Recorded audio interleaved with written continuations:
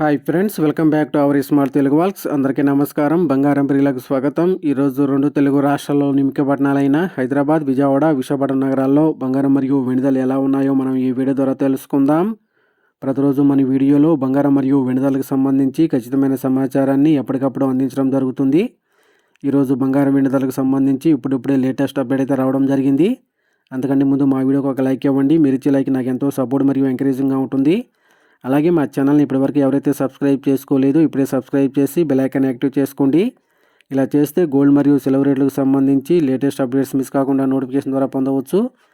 ఇక ఈరోజు బంగారం కొనుగోలు చేయాలని చూసిన ప్రతి ఒక్కరికి షాక్ న్యూస్ ఫ్రెండ్స్. బంగారం ధరలు మళ్ళీ పెరుగుదలైతే నమోదు చేశాయి.